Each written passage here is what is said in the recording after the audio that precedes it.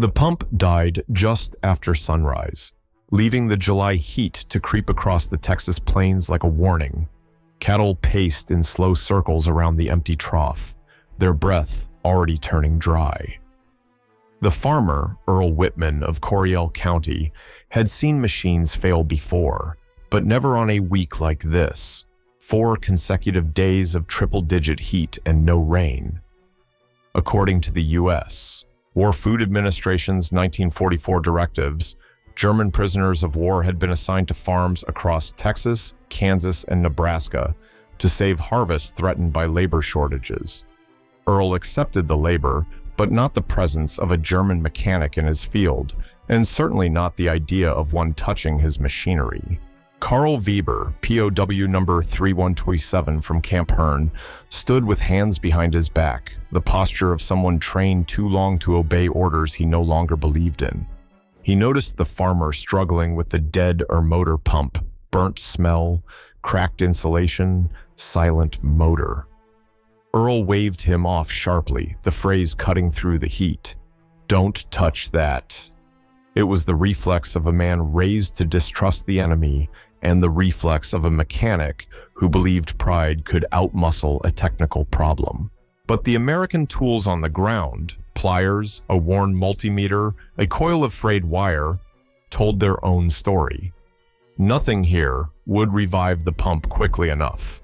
Karl glanced at the pile of discarded scrap near the fence. A thin, twisted strand of rusted wire caught his eye. He picked it up and said quietly, "I can fix it with this."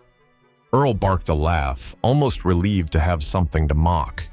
The idea that a prisoner could repair what 2 local repairmen had already failed to diagnose seemed absurd. "With that junk, leave it," he said, turning back toward the barn.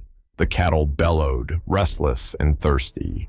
By the next hour, the temperature climbed past 95 degrees.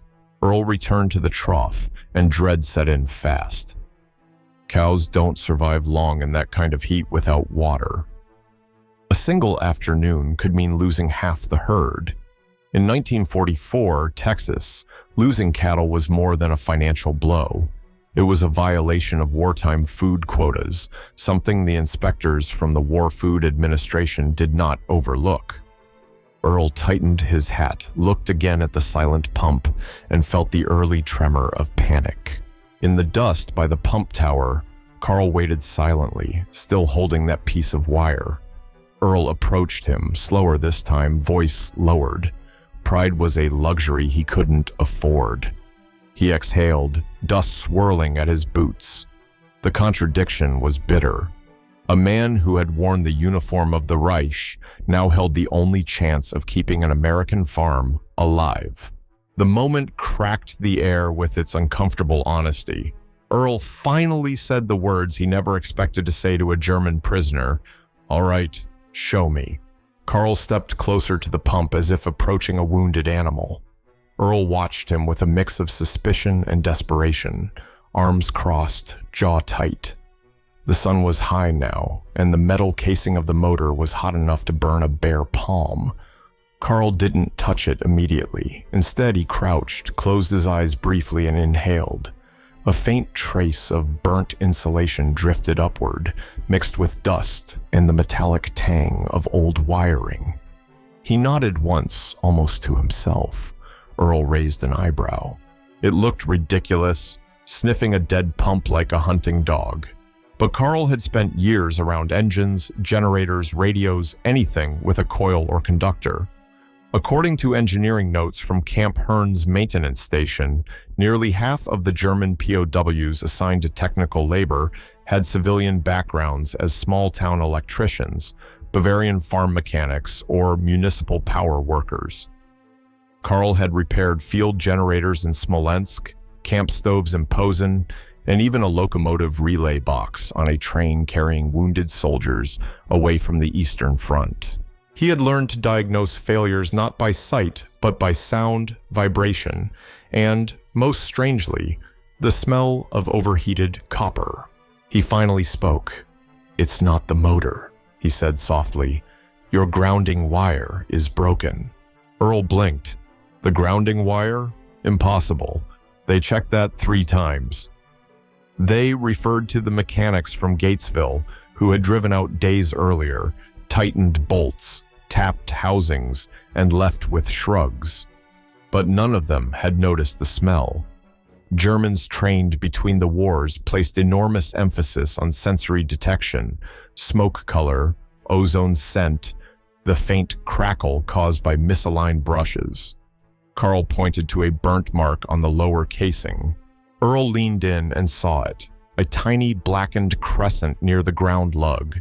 It hadn't been visible unless one bent low and angled the face toward the sun.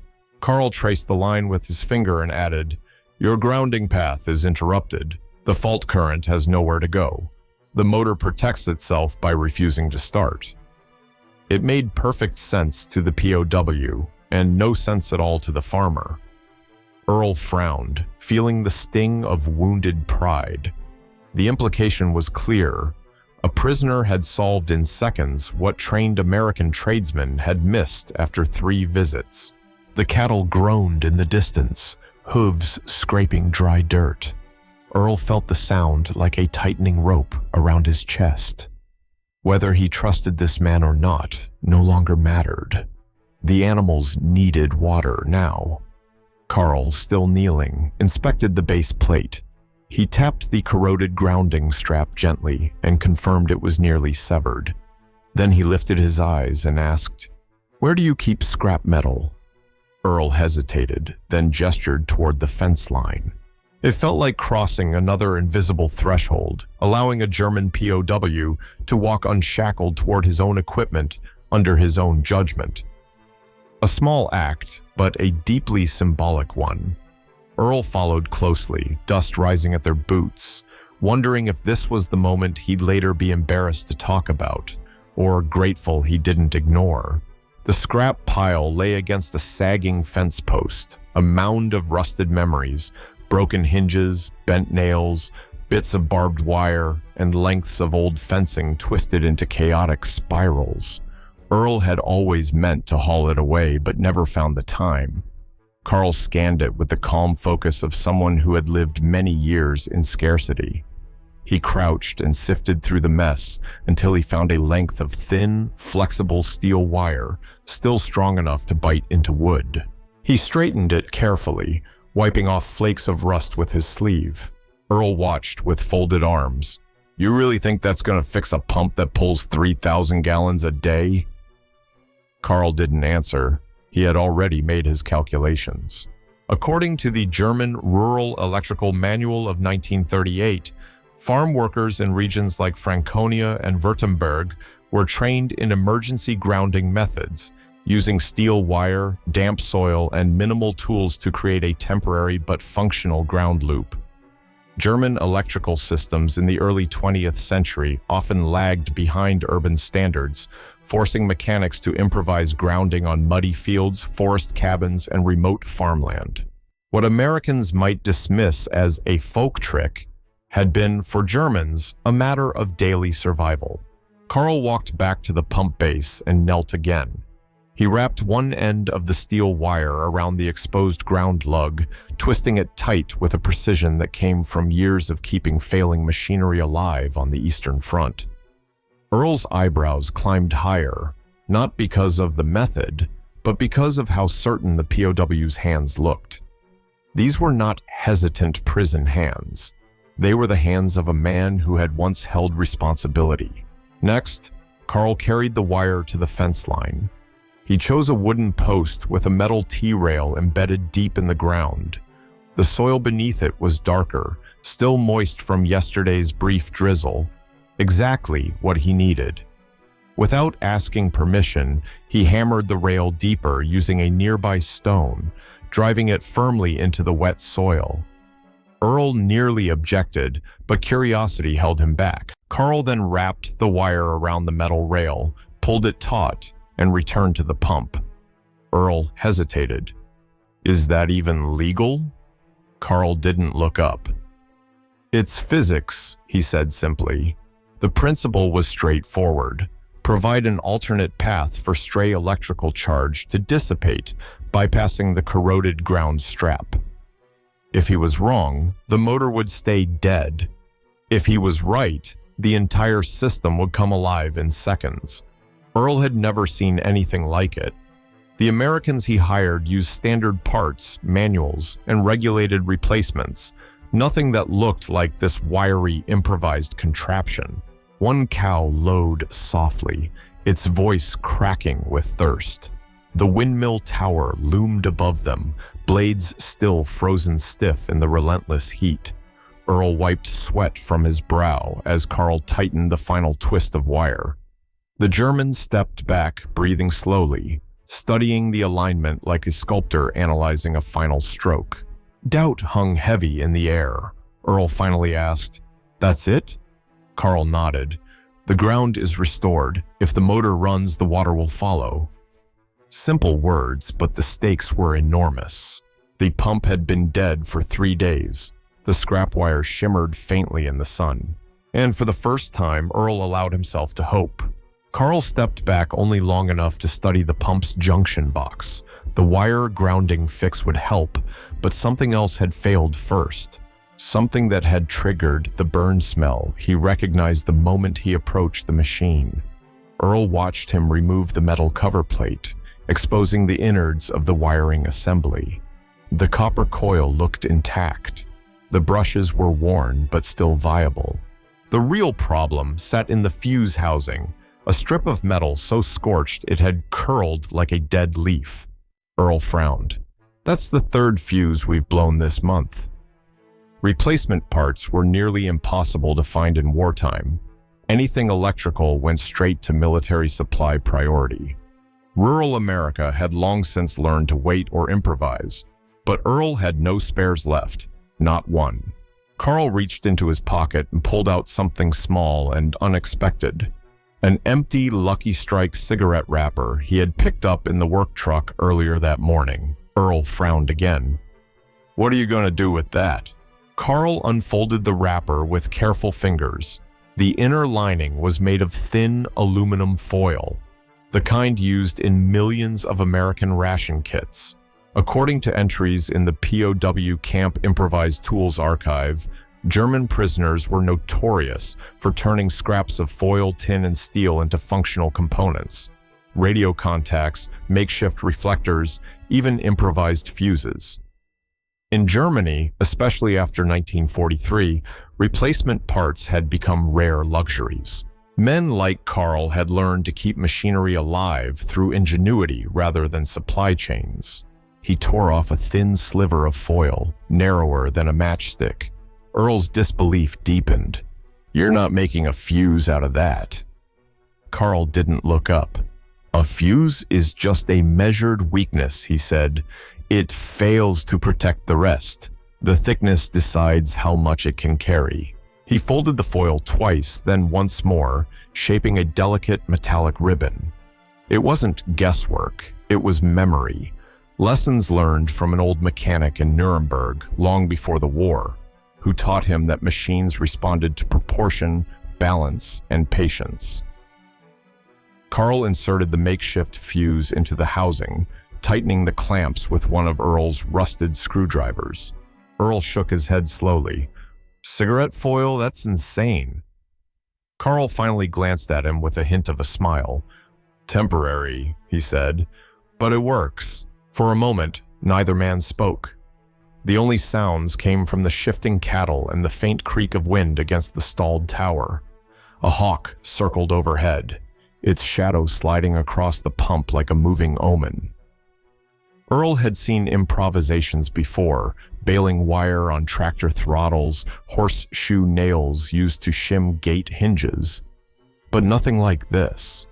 This was enemy ingenuity applied to American soil. Karl closed the junction box and stepped back. The ground wire glistened with tension. The foil fuse sat in the dark, waiting. It was a fragile solution, but failure could no longer afford perfection. Earl rested a hand on the weathered pump housing, feeling its heat. For the first time in days, the machine felt capable of waking. But for that to happen, the motor had to be steadied, and the frame was nearly broken. The next repair would require something even stranger. The pump frame looked as if it had survived a small war of its own, twisted, splintered, and sagging under the relentless Texas sun. Years of vibration had cracked the motor mounts. 2 bolts were rusted clean through, and the wooden platform had rotted into soft, crumbling fibers. Earl hadn't noticed how bad it had become until Karl crouched beside it, running his hand along the warped beam the way a doctor might feel the ribs of a starving patient. According to the Rural Electrification Failures Report of 1944, nearly 1 in 5 farm pump installations in Texas suffered from structural strain. Bent frames, worn bolts, lost padding, or spreading cracks that transferred stress back into the motor. Without a strong mount, electrical repairs meant nothing. Earl muttered, "I should have replaced this whole stand last winter." But winter had come with shortages, ration cards, and endless work that never left room for more work. Karl tapped the side of the frame. The vibration rang unevenly, proof that the motor would rattle itself into a new failure the moment it started. He stood, scanned the yard, and walked toward a coil of medium-gauge wire hanging near the barn door. Earl called after him, "That's fencing wire." Karl nodded. "It will hold." He carried the coil back and unwound a length of it, looping it once around his forearm, shaping it into a broad strap. Earl watched with growing confusion until Karl stepped behind the pump and pulled the motor against the platform, cinching the wire around both like a harness. He moved with the practiced movements of someone who had done this before, not on American soil, but on German farmland long before uniforms and battlefields consumed his life. Karl anchored the wire to the opposite side of the frame, crossing it in a pattern Earl didn't recognize. It wasn't random. It was a technique once taught in rural workshops across Bavaria. The German saddle bind, a wire-weaving method originally designed to secure loose wagon components and later adopted by early tractor mechanics. When supplies dwindled in wartime Germany, it became a way to keep failing machines alive long past the point of safe operation. Earl knelt beside him. "Where'd you learn this?" Karl pulled the wire tight, twisting it with a stone for leverage. "Fixing my father's tractor," he said. "Same principle. If the frame can't hold the motor steady, the motor destroys itself trying to run." The simplicity of it hit Earl with an uncomfortable weight. This man, this prisoner, was using the same skills he once used at home to help an American farm survive a drought year. The wire creaked as Karl tightened it further, creating a rigid brace that forced the misaligned pump and motor back into cooperation. By the time he finished, the frame looked crude but strangely elegant, the way battlefield equipment often did when necessity shaped design. A gust of wind rattled the silent tower overhead. Cattle gathered near the trough, waiting for water they could smell only in memory. Earl placed a hand on the frame, solid, strong, ready. But the true test was still ahead, the moment when all these bits of wire, foil, instinct, and desperation would either come together or rip apart under the strain of a 3-horsepower motor fighting its way back to life. Earl exhaled. "Go on," he said quietly. "Try it." Karl wiped his hands on his trousers, more out of habit than necessity, and stepped toward the switch box. The sun had shifted westward, lowering into a harsh orange that made every shadow long and thin across the dirt. Earl stood beside him, hat pulled low, breath held tight. Cattle clustered behind the fence, restless and thirsty. A few calves bleated softly, their voices raw from the heat. Karl hesitated for a moment, not out of fear, but to listen. Machines spoke to him, even dead ones. He placed his fingers lightly on the metal casing. The housing was still hot, but not dangerously so. The improvised ground wire hummed faintly under tension. The cigarette foil fuse sat inside, waiting like a thin promise. The German saddle bind clutched the motor and pumped together in an awkward, braced embrace. He flipped the switch. At first there was nothing, just the silence of dry earth and a faint jitter of metal. Then, a shuddering cough, deep and uneven, like a sleeping giant trying to wake. Earl stiffened. The motor whined, almost caught, then fell silent again. Karl leaned in, listening not to the failure but to the rhythm beneath it. He adjusted the wire at the base, tugging one twist a fraction tighter, then nodded to Earl. Again, Earl flipped the switch. This time the motor roared, not fully, not proudly, but with stubborn, angry life. The entire pump shook violently, testing the wire harness, testing the frame, testing the German ingenuity wrapped around its failing heart. For a split second, Earl feared the whole structure might tear itself apart. But the wire held. The foil fuse held. The grounding path held. A deep, rushing sound followed, a groan from the well shaft as trapped air pushed upward. Then suddenly, water burst from the pipe in a twisting arc, splashing into the trough like a long-forgotten miracle. Earl swallowed hard. Even he hadn't expected it to work this well, this fast. Karl didn't cheer, didn't smile. He simply stepped back and watched the flow. The water sparkled in the late afternoon sun, clean and cold. The trough began to fill. The cattle surged forward, butting each other gently, their thirst dissolving into relief. Karl remained frozen, eyes wide, lips parted slightly. Earl noticed the change immediately. This wasn't the quiet satisfaction of fixing a machine. It was something deeper, something painful. According to POW letters preserved at the Camp Hearn Museum, many German prisoners came from regions devastated by late-war famine and bombings, Saxony, Thuringia, Brandenburg. Karl had grown up in a valley outside Chemnitz, where the fields were now brown and cratered, wells destroyed, irrigation canals wasted in ash. As the water poured out before him now, memory hit with the force of a hammer. His voice trembled. "My village." He stopped, swallowed, tried again. "My village hasn't seen water like this in months." Earl turned his head slightly. He had heard German prisoners talk about shortages before, but never like this, not with grief surfacing raw and unfiltered. The silence stretched between them, full of things neither had expected to feel. A cow nudged Karl's shoulder as it pushed past a drink. Earl almost apologized, then caught himself.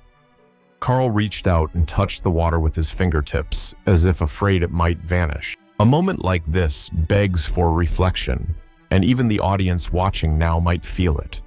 If you were standing there, seeing your enemy break at the sight of water, what would you do? What would you say? The trough continued to fill, and for the first time since the war had ended, Karl felt something close to home, just for a heartbeat, before it slipped away again. The pump settled into a steady rhythm, each thump echoing across the field like a renewed heartbeat.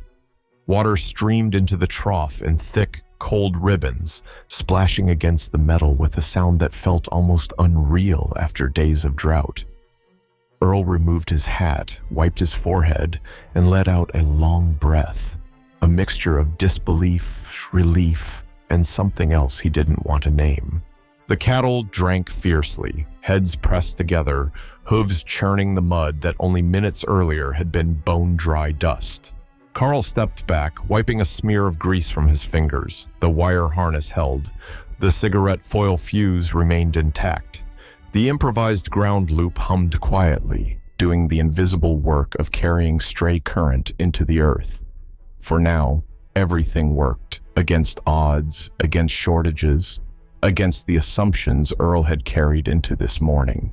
Earl studied the German for a long moment. He wasn't just impressed, he was shaken. The transformation from contempt to reliance had happened so fast, he hadn't had time to defend himself from it. According to Texas oral histories collected in 1947, many farmers struggled with the uneasy shift from mistrust to gratitude when POW labor saved their harvest or livestock. Regulations forbade gifts, personal gestures, or emotional familiarity. Yet countless stories described apples left on wagon seats, sandwiches accidentally forgotten on fence posts, or pies slid silently into calloused hands. Earl reached into his back pocket now and pulled out a cloth-wrapped shape, still warm. His wife had baked earlier that morning, unaware that disaster would strike the pump before noon. He looked around, making sure no guard or supervisor was within sight of the field. Then he stepped forward. Karl blinked when Earl took his hand and pressed something into it discreetly. The warmth bled through the cloth immediately. Earl cleared his throat. "Your stupid wire saved my farm." Karl's eyes widened, then softened. He unfolded the cloth just enough to see a corner of the crust, golden, still steaming. A slice of cornbread. Illegal, generous, human. He let out a quiet breath. "Back home," he said. "They called me stupid too."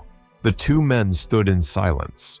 Not the cold silence of strangers, but the fragile silence of two lives briefly aligned, bound by a machine, a drought, and a moment neither would ever fully explain to anyone else. The sun dipped lower, glinting off the wire brace Karl had woven around the motor. It looked crude, improvised, temporary, but it was enough. Sometimes, Earl realized, enough was the difference between ruin and survival. The windmill blades stirred overhead, slowly at first, then steadily, turning in the late afternoon breeze. Earl watched them spin, lazy, confident circles slicing through the orange sky. A symbolic gesture of motion restored, of a farm pulled back from collapse, not by equipment, but by a man he had once viewed as an enemy. And as the blades kept turning, the last light of the day painted the field in amber, casting the faint shadow of two men standing side by side, divided by nations, bound by need, changed by a single act of improbable ingenuity. Evening settled slowly over the Texas plain, stretching long shadows across the field where the cattle now grazed with full stomachs and quiet throats. The pump thumped in a steady cadence that felt almost like gratitude, sending water through the pipes with a promise Earl had not dared hope for that morning. Karl stood beside the trough for a moment longer, watching the ripples soften as the animals drifted away. In those ripples, he saw the reflection of a different landscape, one he might never return to. Bombed streets, burnt fields, wells filled with rubble instead of water. The memories weren't sharp anymore. They were the dull ache of something permanently lost. War had turned both men into versions of themselves they never expected to become. A Texan farmer forced to rely on someone he once considered a threat. A German mechanic forced to fix machines not for his country, but for strangers who didn't trust him. Yet somewhere in the heat, the dust, and the hum of a revived motor, they had stepped across a boundary neither army could have scripted. Not friendship, not forgiveness, something quieter, recognition. Years later, Earl would recall the moment the water burst from the pump as the turning point that saved his herd. But he remembered something else more vividly. The look on Karl's face when the first stream flowed, the mixture of relief and heartbreak that came from seeing water he couldn't send home. And Karl, in scattered letters never delivered past camp censors, hinted at that brief hour when he felt useful again. When a piece of scrap wire, a strip of foil, and a lifetime of stubborn skill allowed him to rebuild something, even if it wasn't in Germany. History often remembers wars by battles, borders, and broken nations. But sometimes, the truest chapters are written beside rusted pumps, under fading light, where two men realize that survival, like water, has no enemy.